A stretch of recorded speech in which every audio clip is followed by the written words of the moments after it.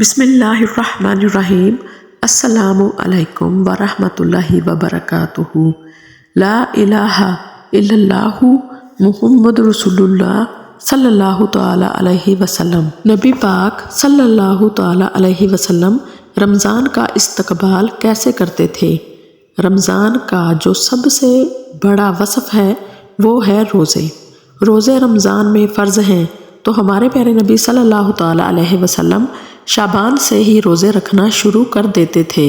نبی صلی اللہ تعالی علیہ وسلم شعبان کے روزے رکھ کر رمضان کی تیاری کرتے تھے تاکہ اپنے آپ کو رمضان کے روزوں کے لیے تیار کر لیں، لیکن امت کے لیے فرمایا کہ 15 شعبان تک روزے رکھیں، اس کے بعد نہ رکھیں تاکہ کمزور نہ ہو جائیں، یعنی کہ پہلی شعبان سے لے کر کوشش کریں کہ جتنے روزے رکھ سکتے ہیں رکھ لیں اور 15 شعبان کے بعد کم کر دیں تاکہ رمضان کے روزے آسانی سے رکھ سکیں اور کمزوری محسوس نہ ہو۔ یہ ہے روزے رکھ کر رمضان کی تیاری کرنا۔ رمضان کی سب سے بڑی عبادت ہے روزے رکھنا، اور دوسری بڑی عبادت ہے جو صرف رمضان میں ہوتی ہے، وہ ہے تراویح کی نماز پڑھنا۔ تراویح میں قرآن عظیم کی تلاوت کی جاتی ہے، تو رمضان سے پہلے ہی تہجد کی نماز پڑھنا شروع کر دیں اور قرآن پاک کی تلاوت کثرت سے شروع کر دیں۔ اور تیسری بات یہ ہے کہ اللہ تعالیٰ نے رمضان کا مہینہ اس لیے بنایا ہے کہ ہم سے گناہ چھوٹ جائیں، تو شعبان سے پہلے ہی گناہوں سے بچنا شروع کر دیں تاکہ رمضان کا مہینہ آنے تک گناہ چھوڑنے کی عادت بن جائے۔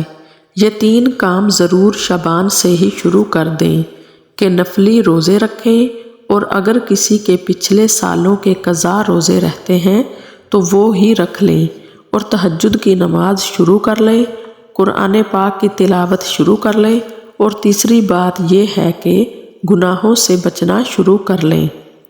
آج کل جو سب سے بڑا گناہ ہو رہا ہے وہ ہے بند کمرے میں انٹرنیٹ پر بے حیائی والی چیزیں دیکھنا۔ اس گناہ سے بچیں۔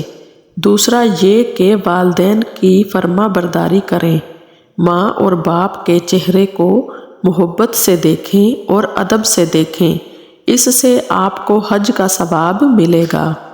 بہت کم زندگی ہے، نیکیاں اکٹھی کر لیں۔ اللہ تعالیٰ سے دعا ہے کہ رمضان کی تیاری میں اور رمضان کے مہینے کی برکتیں حاصل کرنے کی ہم سب کو توفیق عطا فرمائے۔ آمین ثم آمین۔ اللہ حافظ۔